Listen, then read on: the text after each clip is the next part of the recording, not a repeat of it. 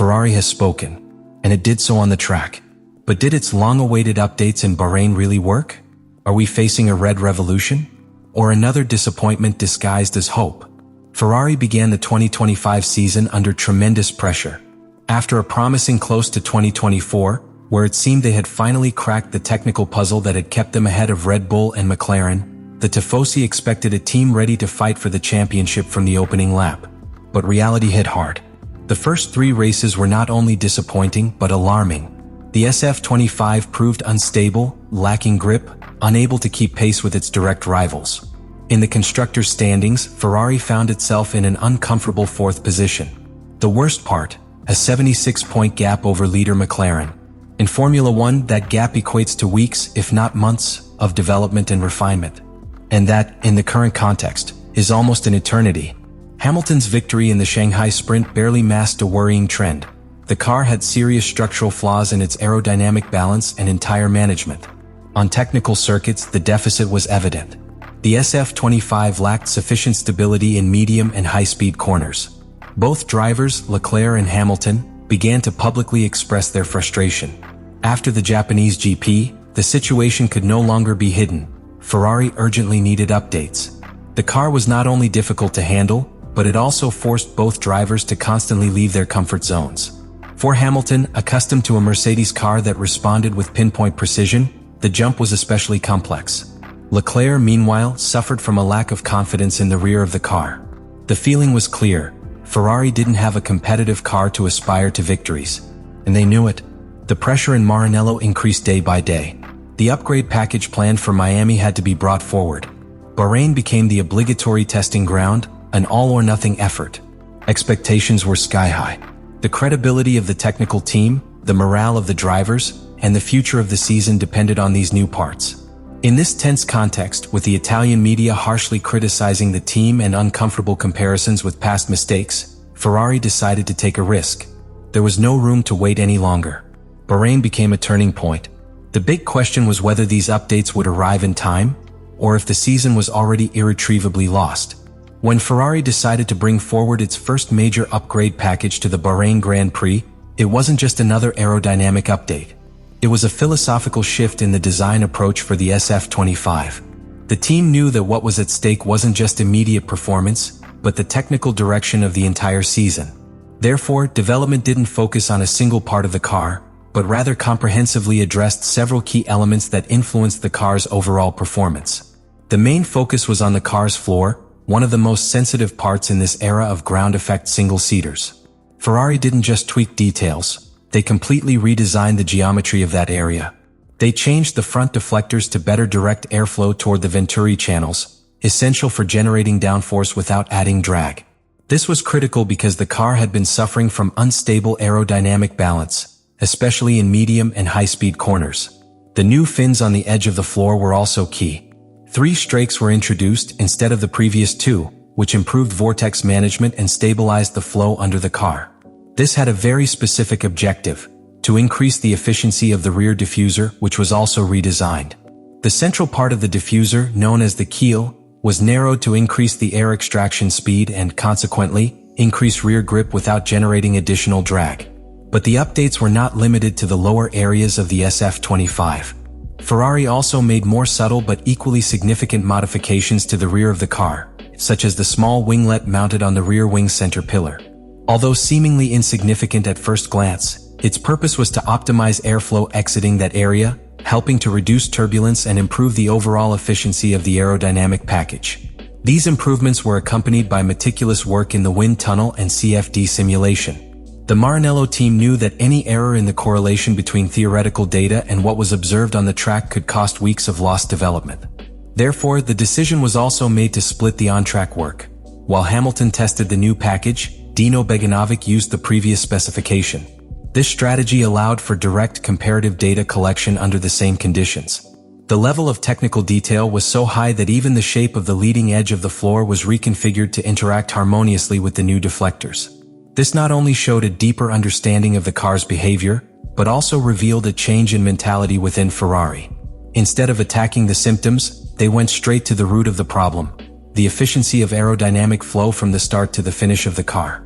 All of this translated into a very clear objective: to increase downforce without penalizing drag. But there was also an emotional component.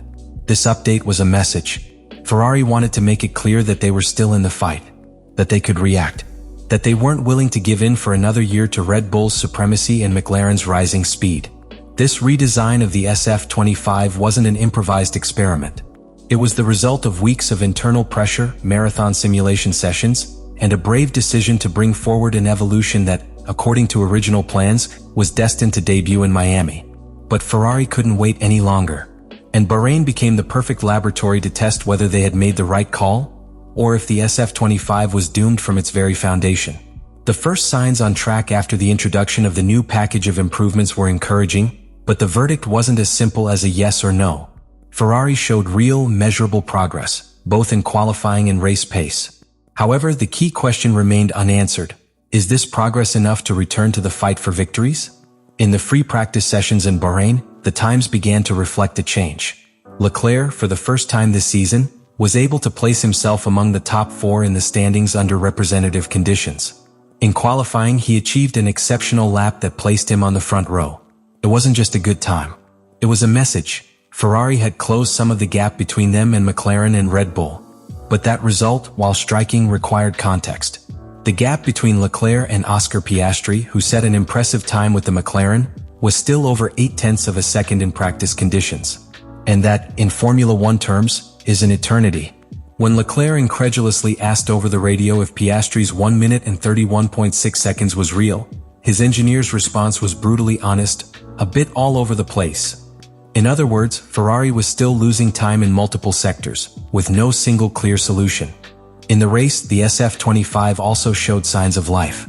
Hamilton, starting from 9th, managed to climb to 5th. A result that might have gone unnoticed in another context, but which, given the car's poor previous performance, represented a valuable recovery. The race pace was more consistent, tires were better managed, and most importantly, both drivers were able to drive with greater confidence. The update had worked. The aerodynamics were more predictable, the car more stable. But that didn't mean Ferrari was ready to win. There were still dark areas. The subsequent technical analysis revealed that the new floor generated the expected downforce, but not to its full potential. What? Because the SF-25 still needed to maintain a higher than optimal ride height to avoid aerodynamic oscillations. This directly limited the effectiveness of the improvements. Furthermore, telemetry data showed a repeating pattern in high-load corners. The car's rear axle was still losing grip in critical phases, forcing the drivers to open the steering mid-corner. That small correction, which at first glance may seem insignificant, is exactly the difference between competing for podium finishes or being left in no man's land. The lack of confidence in those sections continued to penalize lap times. What was most striking was that both Hamilton and Leclerc agreed on their overall assessment. The improvements worked, but they weren't revolutionary. For Leclerc, the car had taken a huge step forward, enough to put him in qualifying positions he hadn't expected. For Hamilton, the car was beginning to behave more logically, allowing him to gradually adapt his driving style. However, neither claimed that Ferrari was ready to win immediately. And therein lay the real answer. Did the updates work? Yes. Were they sufficient? Not yet. What Ferrari achieved in Bahrain was to stop the bleeding, restore internal morale, and demonstrate that it can still develop intelligently. But they are still far from the level of McLaren and Red Bull. The improvement was significant, but the technical challenge continues. And what happens on the next few circuits will determine whether this new technical path has a future, or if it was just a temporary relief. The improvements introduced by Ferrari in Bahrain were a necessary step, but not sufficient. An aerodynamic package that addressed specific issues with the SF-25 with surgical precision, yes. A breakthrough that allowed them to regain positions and credibility at a key moment in the season too. But it wasn't a total transformation. It wasn't a turning point that, on its own, could change the fate of 2025. The evidence is clear. The new floor, the optimized diffuser, the improved flaps and deflectors, and even small details like the rear winglet have brought real benefits. The car is more stable, more predictable, and is beginning to respond to adjustments more logically. The result was reflected in a surprising qualifying performance for Leclerc and a solid race for Hamilton. But the structural limitations of the SF-25 remain. The ride height is still limited, the car still requires awkward compromises, and the engineer's margins for maneuver remain narrow. Ferrari has managed to establish a more solid foundation on which to build. That is perhaps the greatest achievement of these updates. The team is no longer reacting to problems, it's now starting to anticipate them. And that changes the approach. Leclerc has said it openly, they've tried extreme setups, they've left their comfort zone, and they're beginning to understand how to best squeeze the car's potential. That's what really makes the difference in a long season. Not just the hardware, but the mindset behind its evolution. Most importantly, this update has rekindled motivation within the team. The factory in Maranello is seeing concrete results from the work it's doing. The engineers are starting to get answers. The drivers, confidence. But none of this guarantees an automatic comeback. The road to the top remains steep and rivals aren't going to wait. McLaren is consolidated. Red Bull, despite internal turbulence, remains lethal. Mercedes still has the resources and the ability to react. Ferrari must keep pushing. The key now is consistency. Bahrain may have been the beginning of something important, or just a momentary respite. The next few races will be the real test. If the SF-25 maintains this pace on circuits with different characteristics, if Hamilton and Leclerc continue to find confidence, and if the next developments arrive with the same effectiveness, then Ferrari can look ahead to the championship. But if the improvements don't translate into sustained progress, this momentum will fade as quickly as it came. Ferrari doesn't just need speed. It needs continuity. It needs to take every technical advancement and turn it into points. Turn every learning experience into a competitive advantage. And the hardest part of all, it needs to change its narrative. Go from being the team that promises to the team that delivers. Bahrain was a first step. Now comes the hardest part, repeating it, overcoming it, and maintaining it.